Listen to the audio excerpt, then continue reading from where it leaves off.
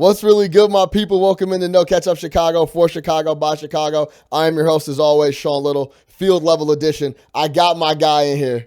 Ross Mack is in the building. My brethren. The multifaceted, do-it-all guy is in here. Rap, finance, he's a businessman, goes after what he wants to do, gets it done.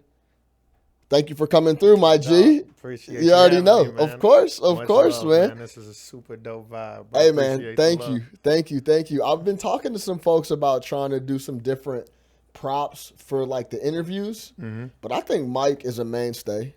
Mike is culture and sports all day. I mean, the GOAT. You know what I'm saying? One of the greatest athletes of all time. Without a doubt.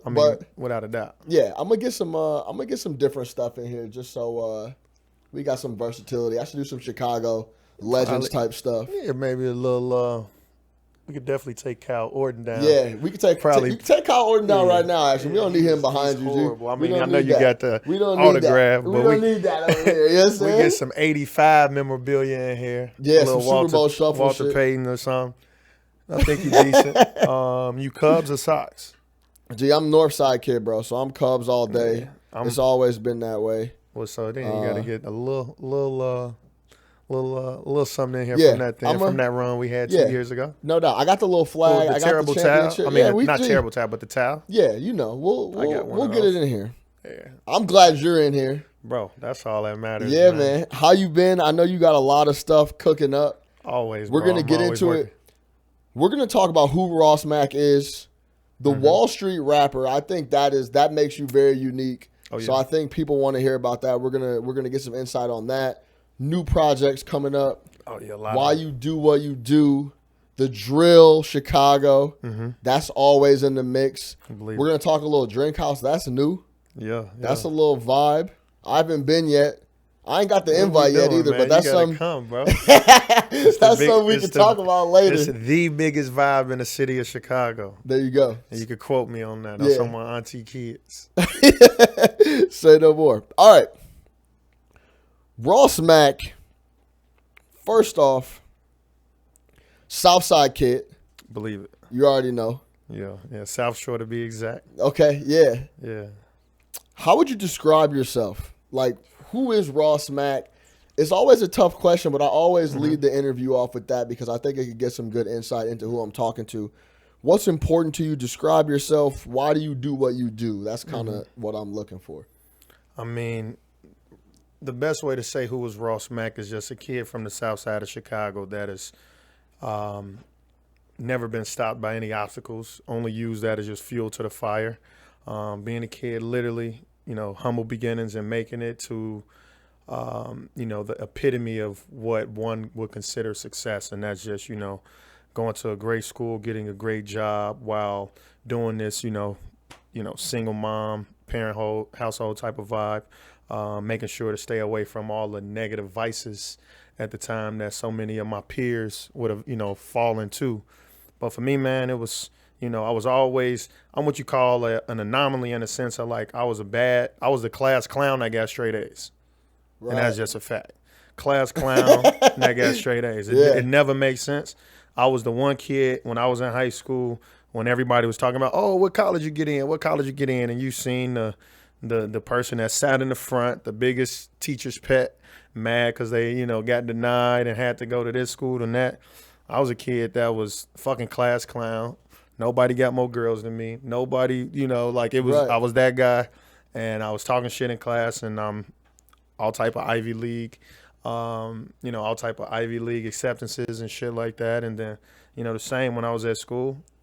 Had a ball at college, you know what I mean? Well, let's keep it 100. UPenn Wharton grad. Yeah, believe it. That's nothing to scoff at. You know what I'm saying? Not to be confused with Penn State. Yes. University of Pennsylvania. Believe that. Ivy League. There's like 6 of them. It's 8, but I got you. See, but it makes sense because don't nobody know the other ones outside of Low key, I actually was talking about this recently. I didn't realize Dartmouth was Ivy League until pretty recently. Yeah, the ones people don't be knowing is like Dartmouth and Brown and maybe Cornell. Cornell. Yeah, upstate New York. Obviously, all Harvard, East Coast. Yeah. But That in itself, I could talk to you about that whole angle of you and who the person you are now is. I could talk about going to Wharton at the University of Pennsylvania Ivy League, and then you sitting in front of me now. We're about to go talk about music, touring. Your name has 2 S's on it. Stuff like that automatically gets associated with. It has a connotation to it. Yeah. And I will keep it 100. This is a hood clown that is a rapper. Yeah. And that's the case. And hood clown as in creative, fun, very versatile. We're going to get into that too because I got some thoughts on that. Very versatile. That's what I mean by hood clown. Can do a lot of different things, but when it's time to take care of business, this shit's getting done. Yeah, the only way. That's the only way. You know what I mean? And that's just how it's always been though. Like, at the end of the day, you got to keep you can't be short-sighted and shit. And that's how I always was. Like, I can have fun, but at the end of the day, I'm knowing, even if I was doing homework in the class before the class is due, like, I'm going to get this shit done. Like, you got to keep the long sight. You know what I mean? Like, at the end of the day, I'm trying to revolutionize the aspect of what cool is. And it's cool to be smart. I don't understand how any hip-hop in general, motherfuckers ain't... People are just now trying to act like, oh, all right, Jay-Z starting to drop gems. Okay, here's 444. Like, oh, now it's cool to be smart and invest. Yeah. I'm like, bro, that's life. Like, what the fuck is you talking about? Isn't that partly on us, though, for gassing these clowns, though? Because a lot of these not smart clown rappers get so much attention that you don't have, like, smart isn't cool because more times than not, the smart cat is not getting that attention. Yeah, I mean, smart isn't cool. Right. By society's norms, and that's what I'm saying. Like, if you a cool motherfucker that just so happen to be smart, why not show that? You know what I mean? Why not brag on that? You know what I mean? Like, even your epitome of like your biggest superstars, they always brag about, oh yeah, I dropped out of school, or I was getting suspended, or fuck this teacher. Teacher said I wasn't gonna be shit. Obviously, you know, you were a person that defied the odds, but realistically, you wasn't supposed to do what you were supposed to do just off sheer probability. Like, you know what I mean? So that's what it was. I ain't gonna flex. Like, I was a class clown. Like, motherfucker might have kicked me out of class one day, but like, school shit come easy. You know what I mean? And so same in the real world. Like, when we look at like 444, for example, motherfuckers, it took Jay-Z. I mean, Foolie, what, 45 now? He old, right? And so 40, it took him a long, like 47. Something like that. You know, so it's like it take him to now to be like, man, I feel like an idiot. I could have bought this motherfucking painting, or I could have bought this crib in Dumbo, this, that, and the third. And now I was like, oh, so investing cool now. Like, yeah, motherfucker, what you think? Like it's just, you know, there's room surviving. for both. Exactly. You can do both things. Everything can literally commingle. You know what I mean? At the end of the day, like, you think of like the dopest, most successful rappers, they're not making their music off rap. You know, investments, Dre, Jay-Z, Diddy, money off of that stuff. 50 Cent. Like, these mugs is making sound investments. But at the same token, it's like you never know who's behind their investments, but it doesn't matter. Like, if you're able to build that network, you might as well go ahead and reap the rewards. Like Nas made Forbes this past year, bro. I don't think Nas put out no new music in like 2-3 years, bro. Let's keep it 100. Nas got a crazy dope investment team. Yeah. Boy probably made like 50 M's last year. It's like easy. The Hennessy is there. He's the face that's small of that. shit. Yeah, Bevel, Hennessy, but he got like some other investments that people don't even know about.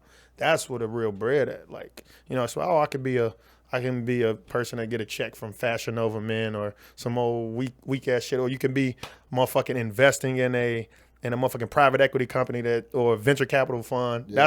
That's what he did. He had like some type of venture capital investment in some startups. Right. Boom. Like, that's the cool shit. You know, everybody now trying to get into it.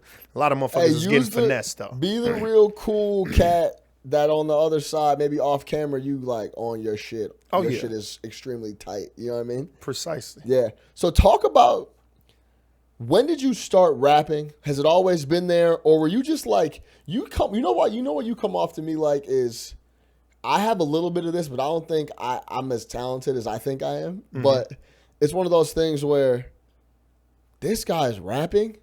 Mm-hmm. This guy is a clown. I'm gonna start rapping. G. I could do this shit instantly. This dude is a clown. If he could do it, I'm knowing I can do it. I went and recently I did some stand up. Oh, that's hard. And before I did it, I went and I was like, let me just go look at these cats. Like, let me go see what's really going on. How you do? And I'm sitting there and I'm looking and I'm like, these cats are up here? I'll be back next week. Like How'd you do though? I did all right. That's decent. Yeah, That's I did all right. bro. I did all right. The nerves were real. Yeah. That was some nerve-wracking shit. Yeah, but, no, that's real. Yeah. I can see that, bro. Like, it's one thing to be funny amongst your friends. Yeah. But, like, to be, like, funny and try to get, like, them impulsive laughs and, like, yeah, it's a different vibe. But that's dope. I commend that. Yeah. Because that's something I don't think I've ever done. But I didn't mean to get too off topic on that. But no, that's dope. Is that do you have that in you? Like, give me the little background on, like, why you started rapping and then that transition from being full-time Wall Street working in finance to kind of breaking off, and how did you balance that lifestyle? Because it's completely different. Well, for starters, bro, like, I think at the end of the day, like, rap is part of, black culture, and we talk about lower to middle class, like, culture, right? And so as a result, it was always used as a way of, like, whether you're just literally telling, a way of positive expression. So people will, talk about what's going on in their life, yada, yada. So I went to Whitney Young, and I think maybe like my junior or senior year, they put a studio in the school. Every kid was going in the studio. You know what I mean? If you could get in, right? And it's like people skipping class to go to the studio. And I think at the time when it really got going was like maybe my senior year. So you were senior in high school, you run the school. Yeah. You know what I mean? And I remember me and my boys would go in there. We just started making songs. And this was the time nobody was making beats. You're literally going on. It wasn't no fucking, like, it might have been YouTube, but, like, you going on fucking LimeWire and saying, Young Jeezy, such and such instrumental. Lil Boosie, such and such instrumental. Yeah. Down and Out, Kanye, and you instrumental. Would be wild hot if you were looking for a track and you downloaded it for 5 hours and it was an instrumental. And it was some bullshit. You be waiting for the lyrics to drop. You like, dog, it's an instrumental, bro. They got you. I'm telling you. So I remember doing like Down and Out, Zoom, man, diamonds on my chain, like all type of just dope, whatever was trending at the time. Dope ass instrumentals at the time. And so we going in there and we making music, whether it's lunch break or people skipping classes or whatever. And the funniest story, bro, is like my senior year, bro. We in there, dog, and we recording, and this kid come in there like, hey man, what's up guys? Could I, you guys, would y'all mind if I get in? Right. And motherfuckers look like I want the person, like everybody. He was like a sophomore or something? Like a sophomore or freshman at the time, and everybody like, well, get your ass out of here, bro. Like, wait till we done. Right. And come out, that's Vic Mensa, bro. That's a hilarious story. So some of the homies kicked Vince out the studio, man. Now that is funny. Now Vic up on mine. But yeah, so man, after that, bro, I always was making music. So I started making music in high school. Even in college, I was making music literally on that type of laptop. Got headphones on and you on fucking GarageBand. Same thing, finding instrumentals. Yeah. And it was just always something I was doing. You know what I mean? My brother's in music. He a songwriter. And like one day, once I started like working, I was like, man, let me make some music. Cause at this time I'm throwing parties. So it's like, bro, if I'm able to get 500 plus people, if I'm able to get 500 people in one building, might as well try to give them something to walk away with. Cause if you a fan of the movement I got behind me on the party shit, then you gonna fuck with something if I could get creative with it. Right. And so I remember putting out a song a couple years back, and motherfuckers was fucking with it, like heavy. You know what I mean? It got like about 250,000 or like 200,000 plays on SoundCloud. So it was like, all right, now it's time to keep fucking with it. This the time when I was in the thick of things in my finance career. Like, I was the youngest person or the second to youngest person on the desk. You know what I mean? I'm out here. Never had facial hair. You know what I mean? First black dude on this desk. I was at Morgan Stanley at the time. So I'm like, bro, I am not finna let these motherfuckers know I am a typical black guy. Right. I'm talking different. My vernacular different. You know what I mean? I'm talking real shit. So the aspect of people knowing that I'm a rapper, that's different. So it's like, okay, let me find a name that ain't gonna connect back to me too hard. But more importantly, it's like, okay, if I have friends that are on Facebook, oh shit, maybe I need to get on this new shit, Instagram. All right, now let me use that, because I didn't get Twitter and Instagram till late in the game. Yeah. I was one of the people that's like, I like to be private. You don't need to be what's going on. You know what I mean? Right. Yeah, no doubt. And so that's. So like, I want to talk more about that. So talk to me about balancing, and I'm a little versed in that different. Yeah. I don't want to say, because working at CBS, it's kind of like the same type of thing, right? Like You just don't want people to know what you're doing. Like, Yeah. this is me at work. That's it. That's all you need to know. It's all you need to know, right? And it's so challenging, bro, because every Monday, everybody had the same bullshit conversation. And I don't care where you at in the world, bro. If you're a person, and I like to call a sophisticated ratchet. And so if you're a smart individual, straight up, bro, if you're a smart individual and you working in a predominantly white corporate world, to a degree, you kind of, you kind of like got the white face or whatever you want to call it, where it's like you're literally talking different than you would on the weekend, or I'm sorry, not white face. I'm gonna call it flat out code switching. So every day you come in, and it's like it's literally like, oh, how was your weekend? Oh, it was good. Just hung with some friends. That's it. Keep it real quick. You know what I mean? Water cooler shit. Oh, how was the weekend? Cool. Oh, it was great, man. Oh, I just went up to exactly. Quick. Sports, hung with friends, and I'm out of there. Yeah. Quick. You're never going to know I just threw a motherfucking party that had 1,000 people there. You never going to know, I just drove my grill out right before I walked in this month. You know what I'm saying? Like, I remember going out, literally, I remember going to work one day, and I holler at my brother, like, bro, we at the jewelry store. This is in New York. I come in a suit. Yo, fit me for a grill. Like, so you never gonna know the double lives we live. And because of that, it's like every person, that got any element of sophisticated ratchet, they code switch to a degree. And more importantly, it's like they almost are guarding, they're guarding their real life. Would you say it's a time limit on that though? Like, there's only so many weekends you can come in on Monday and be like, hey, Bobby. Yeah, I do, and that's the funny thing. I think it's a little different when you have like a family and kids you're supporting, but I think when you're like young, not married like us, I think there's a time limit on where it's like, yeah. I mean, because when really me. Yeah, when I was young, when I was fresh out into the corporate finance world, motherfucker wasn't gonna know nothing. I seldomly curse, and the way I curse was I cursed the way everybody around me cursed, like a 40-year-old white man curse. Yeah. Like, oh, fuck, that's bullshit, bro.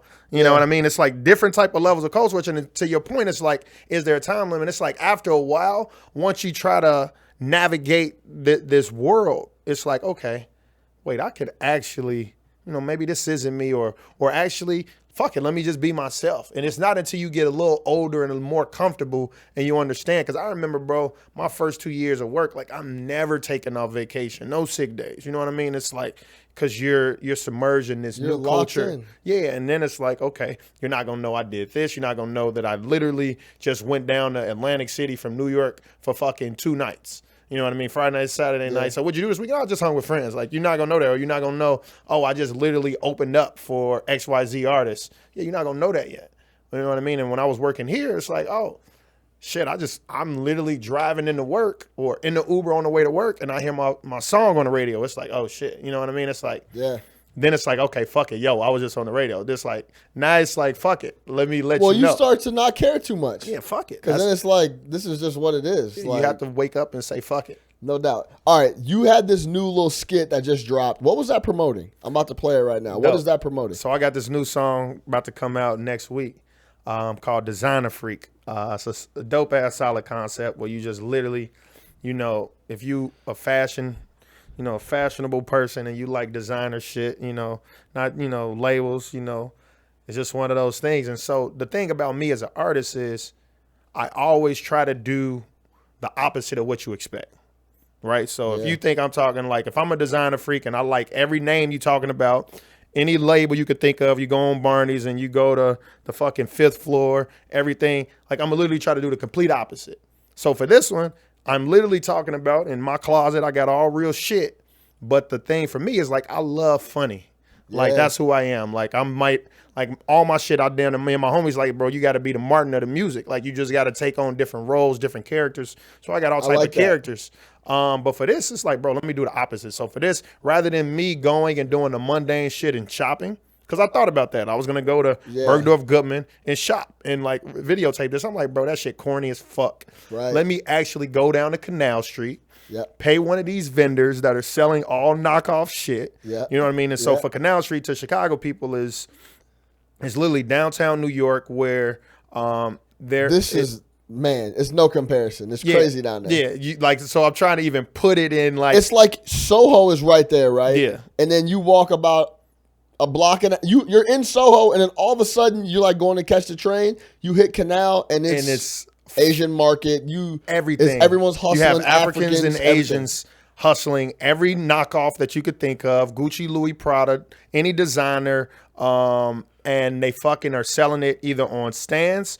Or depending on, they used to have storefronts. Yeah. These is years ago, like over a decade ago. To crack down, so they've been cracking down on it. But more importantly, it's like these people are. Well, I'm never knocking nobody hustle because at the end of the day, the majority of this shit is being manufactured in China. Yeah. The only difference is, you know, oh, I'm Gucci and I contracted this worker. So this shit is going to be $500. And that worker is actually like, okay, you're paying me how much? Okay, let me make this exact same shit. I know this exact same pattern. I know all the intellectual property. I'm going to make the same shit and sell it for more than what you're paying me for. And so, so I go down there, bro. I'm like, you know what? Let me fucking be a peddler. I pay somebody a couple dollars. Like, bro, let me pay you not to buy nothing, but literally to shoot 5 minutes tops worth of some shit. And that's kind of what you got. Ross Mack, Designer Freak, coming out next week. This is great. Nah, I know what you think. Is this nigga out here paddling? Here come bro ass again. Always coming over here when this block dry, bro. Go on to your block, bro. Man. Anyways, back to talking to baby girl. Oh yeah, no, these do make you look just like Naomi Campbell. Oh yeah, I'ma tell her anything for the finesse. Cause it got a nice little angle to it that might come right over the cheekbones. Cheekbones are gonna be accentuated right here. Oh, purses? Oh, yeah. I know that's a knockoff. I got those, too. Little do she know. I'm a hustler, baby. And let me just go ahead and tell her some shit that's just not true. I love your hair. Yeah, I know. Quick snippet, man. You know, but name the song Designer Freak. I love that. That's hilarious. That was a great idea. If you can't get a person to smile no more like music, you gotta get some laughter in, you know what I mean? Like, and so for me, it's like all my videos have to be some element of that, some element of funny. You know what I mean? The video before that, I was working at Harold's Chicken. Yeah. You know, I was a guy that was working at the, you know, at a Harold's Chicken. Literally, my auntie owned a Harold, so I'm behind the glass. You know, I quit the job and now I'm go live this little lavish life. Yeah. Video for that, I dressed up literally as an old horny man. Like, it's just different characters that you have to take on. Yeah. But it's like, I look at art as, you got to, there's so many elements of the art, but it's like you got to respect everything of the craft. From the artwork to the visuals to the actual composition of the music. So for me, it's like, bro, if I'm asking you to lend me your ear rather than go listen to any trending artist right now, any Migos, any Drake, any Kanye, any Jay, whatever it is, if I'm asking you to take time from listening to that new project to listen to me, I got to be worth the while. Yeah. So the music got to be dope and the visuals, everything got to be creative. Yeah, I think that comedic element that's a different thing that people aren't doing. I like it. I'm rocking with it.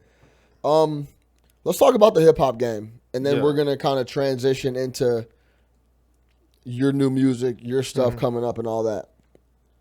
How do you feel about the state of hip hop right now? I wrote down a couple things. I got free for all, gimmicky. Like, give me your thoughts on the game right now and just like the state of rap. It's interesting. I'm not an artist that will ever get mad at the trend because you'll find yourself getting into the same spot that Blockbuster was when Netflix came out. Yeah. It's like you could get stuck in your ways or you can adapt to it, right? And so what I do, and that's just kind of my background in finance, is like at the end of the day, you got to learn from the past. And more importantly, you got to learn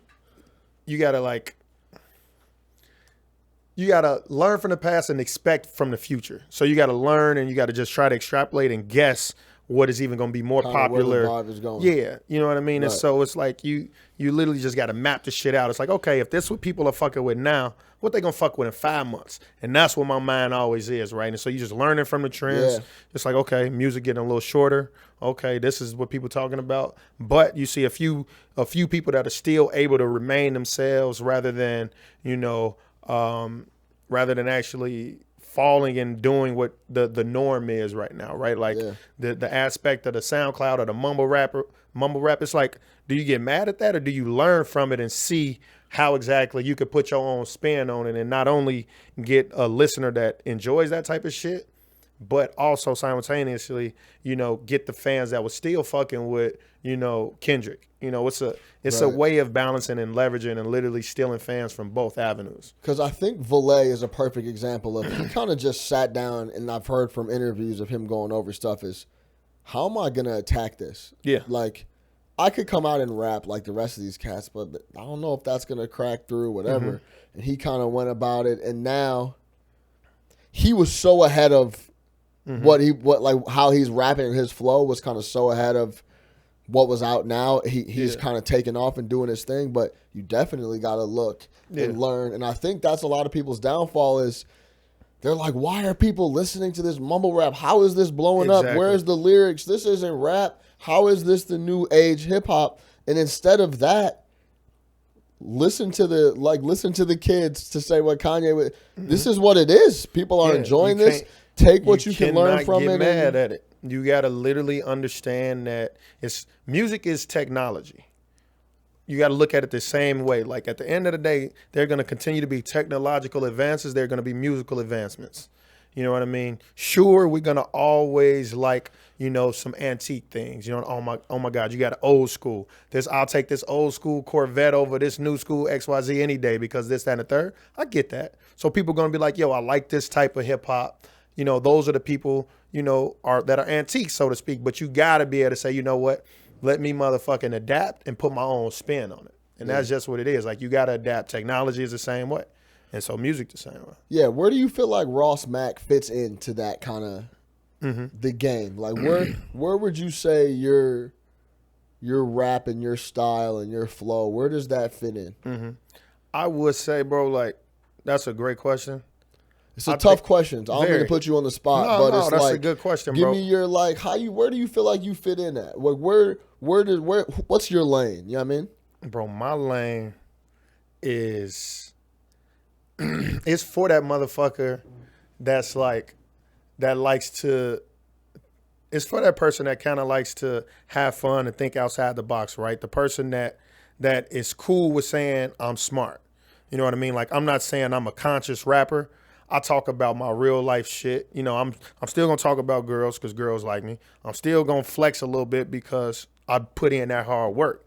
But the element of how I flex is what I literally deem to be cool. Like, if I got a rollie on my wrist, which I do, but the reason I do, right? The reason I do is not like, oh, I'm this biggest drug dealer. Like, nah, like.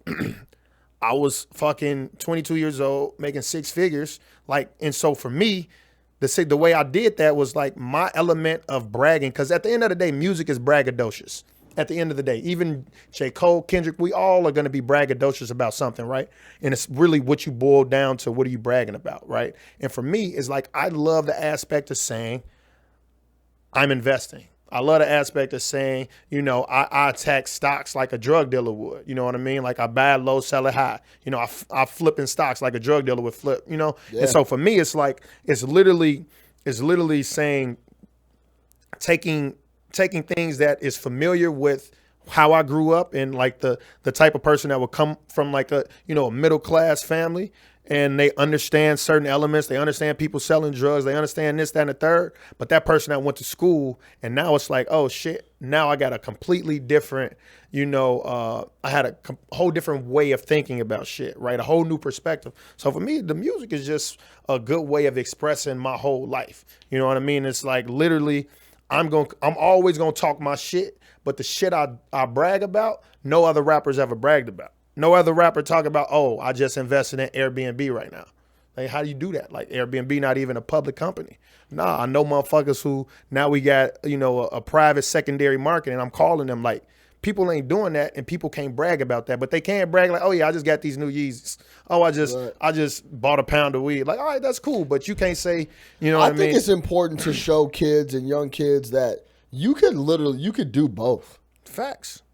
You could go get big grades, go to a big time school, have your big fun, and still be cool. Grind and still 100%. And, like, that's still what try to come out. I literally want to change the whole. You notion. can say pass the Henny and I just invested in Airbnb in the same bar. That's cool. Same breath, bro. I can literally be talking about I'm gonna take someone's girlfriend while simultaneously saying, wait, hold on, baby, don't move. Let me check my E-Trade. All right, I'm cool. You know what I mean? Let me see what the fuck going on. Real quick. Let me see what's going on. Like, hold on, baby. I know. Just wait a second. It's the market is open in Europe and in China right now. Let me check my money over there before we. You know what I mean? And it's like I think it's unprecedented, low key. I mean, that's what. I mean, at the end of the day, the only way you're gonna break through music is you gotta have something that's unique, right? And that's what's unique about me.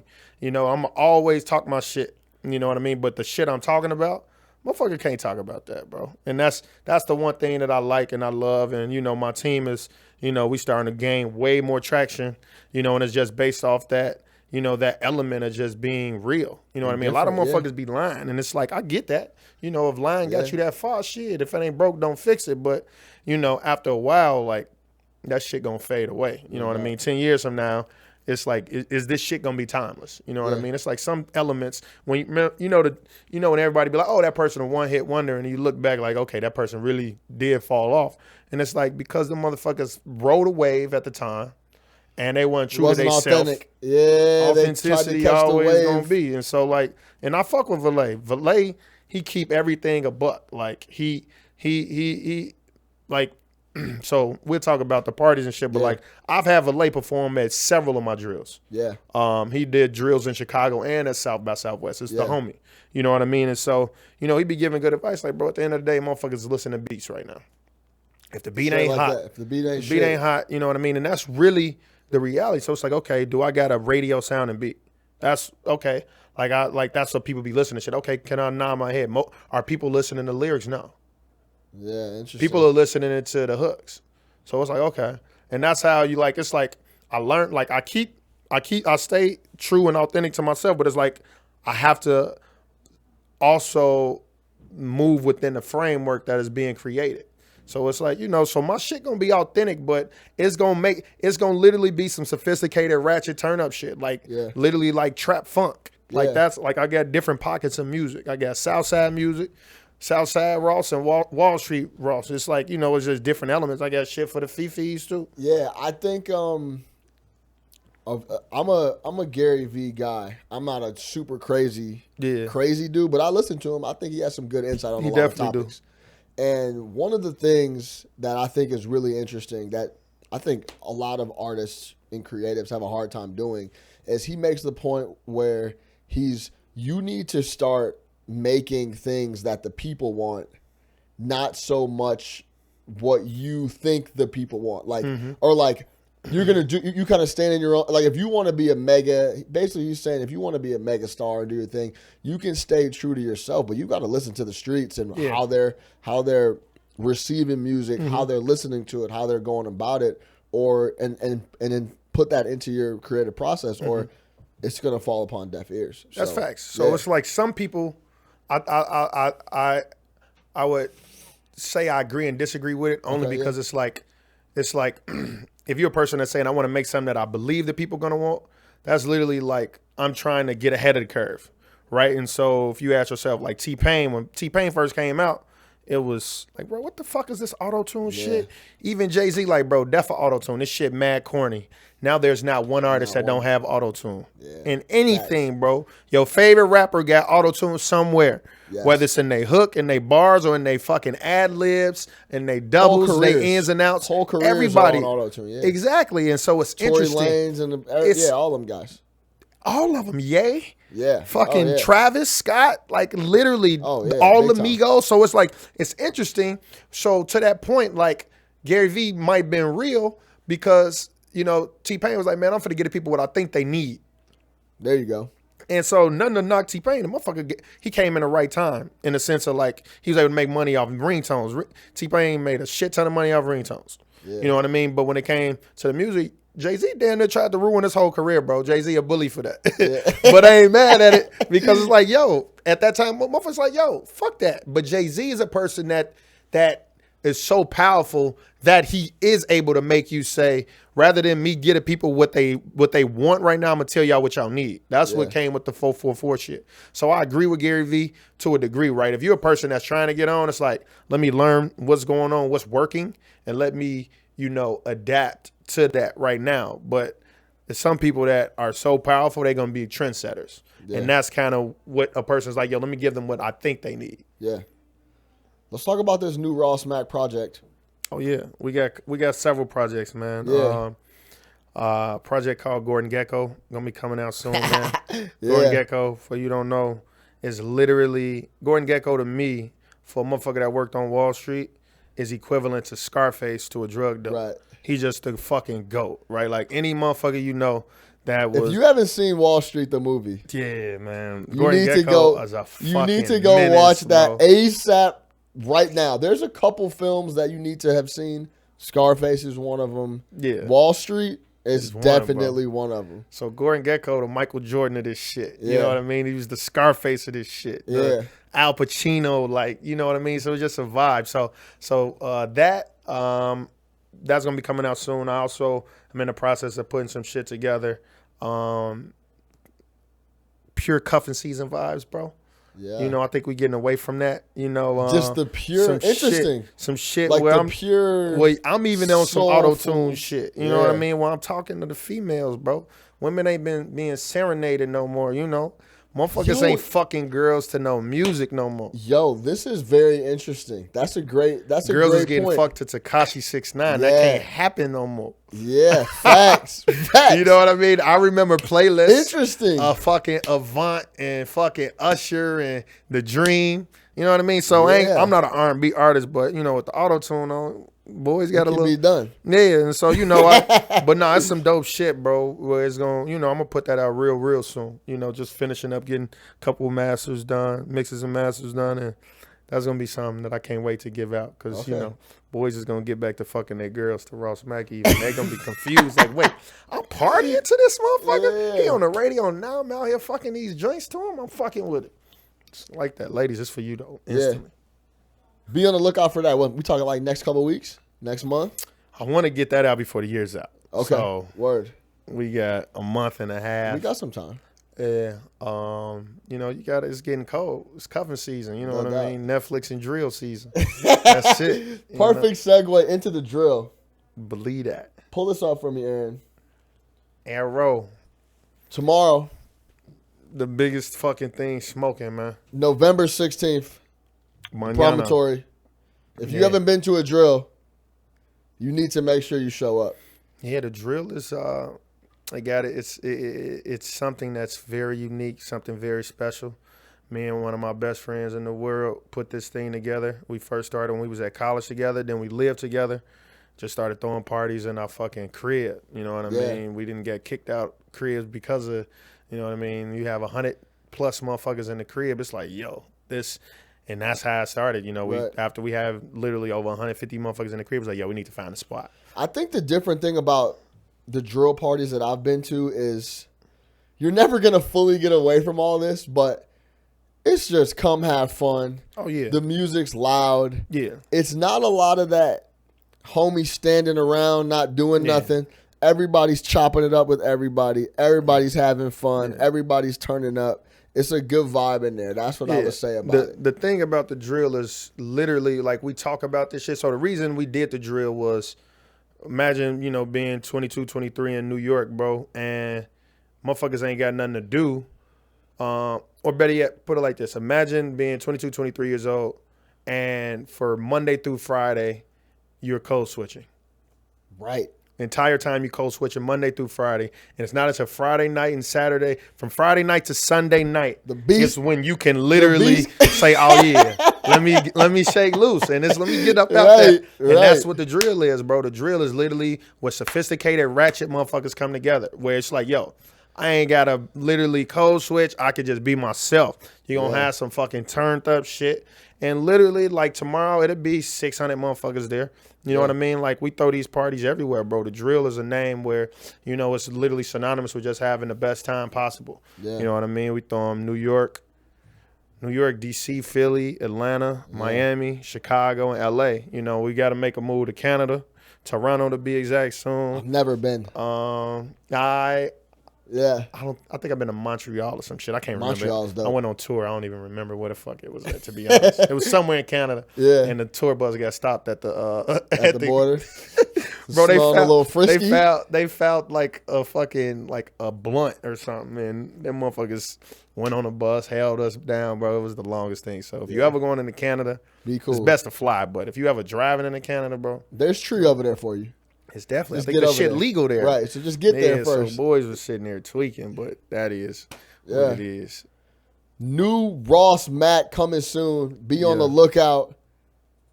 The Drill is tomorrow, the Promontory. What time should motherfuckers actually get there? So, bro, it's from 10 to 2. Don't give me no... It's free. Don't give me no promo shit. It's free to 11. Yes. And as you know, anytime something is free before a certain time, everyone wants to come within 20 minutes before that time. So people going to get there at 10:40. What I will tell you is at 10:40, there will be 200 people in line. Yeah. And as a result, all those people won't get in. Then they're going to be mad. Yo, I was here at 10:30 or 10:45. And it's like, yo, so...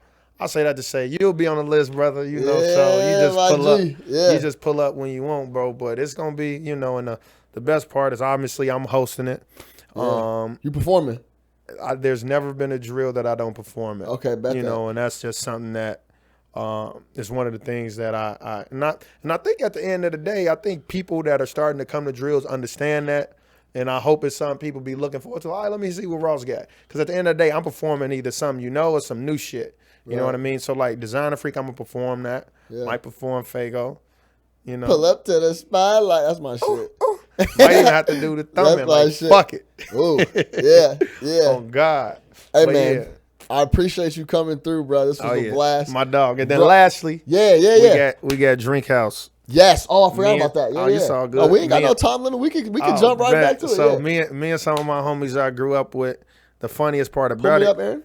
The funniest part about it is we all literally came from promoter backgrounds. Yeah. So coming from a promoter background, it's like there's a certain point that you know, talk to, you know, businesses and say, hey, you know, I want to throw an event here. And they, oh, okay, well, if you promise to bring these amount of people and they spend this much at the bar, yada, yada, yada. And then it's like the natural transition. It's like, shit, let me level up and let me get my own spot. And so, man, it is literally something that I'm very proud of. Me and my buddies have really put a lot of work into it, but it's literally, we've bought something that does not exist at all, this entire concept. And it's just literally a pure supper club where you can pull up at 10 p.m. Or you can pull up at 11 p.m. on a weekend, and there's fucking bottle service, and there's legitimately gourmet food being cooked. And, you know, you got dope live music and beautiful people just having fun and great drinks, right? And it's something that, for me, is from my time living in New York. It's like, that's what Harlem was. Like, a lot of motherfuckers that live... Get together, break bread, have fun. It's all... it's like, it's dope to literally be having a deep-fried lobster tail and bottle service simultaneously. It's just a different vibe. And it's like, you know, 820 West Jackson. You gotta come fuck with the kid. Yeah, I want to come through soon. Yeah, Jackson and Halsted, West Loop, Greektown to be exact. And it's just a pure dope vibe, man. We do Saturdays and Sundays, brunch, bottomless mimosas, crab legs, you know, the whole nine. Can we talk about this real quick since we're talking about Drinkhaus? What is it, 8 West Jackson? 820 West Jackson. 820 West Jackson, West Loop. Make sure you go check it out. I want to talk about this. I don't know if anyone's talking about this because I haven't read anything. I ain't even seen anything on Twitter. Black people are brunching more than white people, bro. I'm telling you. Brunching no one's even mentioned this. Yeah. Black folks are brunching crazy. Yeah, brunching is, I'm going to tell you, brunching is real powerful now. Yeah. You know, there are not a lot of, there's like fucking 4 or 5 black-owned spots that people really are going to go to in a certain, like, geographic region, right? And for Chicago, Fremont used to have the most crack in his brunch. Yeah, no ifs, ands, or buts about it. But that brunch like $75. Right. Our shit $35. Right. Motherfuckers is coming there and teeing up. See, we got, perfect type of DJ music. Like we got, mixes or whatever it is. We don't have DJs on the weekends and all that type of shit. But like the element, like you saying, bro, black people is fucking with brunching, bro. Man, yeah. Because at the end of the day, it's like no code switching. I'm coming in, eating and having a great time. Yeah. You know what I mean? It's like nothing wrong with getting drunk at 2 p.m. and at 12 p.m. at noon. It's like, I go home, I'm ready for work now. Like I've literally had a phenomenal, it's the perfect way to wind down my weekend on Sundays or to fucking kick off my weekend on Saturdays. Brunching is heavy, man. Good food, good vibes. More importantly, bottomless mimosas, man. Motherfuckers got to come on there. We let our people know, our servers and our busboys, do not let these cups, go dry. Let it runneth over. Right. And we drinking good. We eating Pull good. us up one we more having time, fun, bro. Aaron. This is the website. Yeah, man. Make sure you check them out. Believe it's that. a vibe. I'm gonna have to. We should organize a little something, even Bro, if we it's gotta low-key. go, man. Listen, Organize something and stop through it's there. a vibe, bro. I'd rather literally give my money to y'all than to someone else. Vibe. Literally, Straight I like can't that. say that, bro. Like, literally, you walk in, bro. You see beautiful women, bottle service, and you see good Creole food. I'm sorry, the cuisine is Creole food, man. We got Cajun, Alfredo pasta, deep fried Cajun lobster tails, there we go, po' boys, you name it, shrimp and grits, chicken and waffles. It's just a completely different vibe. There you go. And the bottles are Are cheap. too reasonable. Yeah, they're very reasonable. It's marketing, though. We need to go up on the prices probably. No doubt. Hey, man, the multifaceted Wall Street rapper, Ross Mack. The reason I wanted to bring Ross in here is just give you that versatility that, you can be on your shit, on your finances, on all that, and clown around, rap, do your thing, be yourself. Facts. Stay on your shit, and you could do it all. Bro, I much appreciate you having me. Hey, man. My dog Shine, we are very similar in the sense of, being people that come from a corporate background, but in addition to that, respect the arts, respect the crafts, and have much more to offer than just, what the corporate world was. Nothing wrong with the corporate, you know what I mean? I loved it, and I still love it because we still do things in that realm, but like, to be a creative, you can't put anything, nothing. You can't take anything away from a creative person. You got to let that person literally branch out and do multiple things, and that's why me and this guy came together. We got mutual friends, so I appreciate it. Ross Mack, make sure you check him out everywhere. Follow him at I'm Ross Mack on Instagram, Twitter, the whole nine. Make sure you check him out. Drinkhaus, new music on the way. For Ross Mack, I'm your host, Sean Little. No Ketchup Chicago, for Chicago, by Chicago. Listen up. Whoa. Thanks again, bro. My brother. Yeah.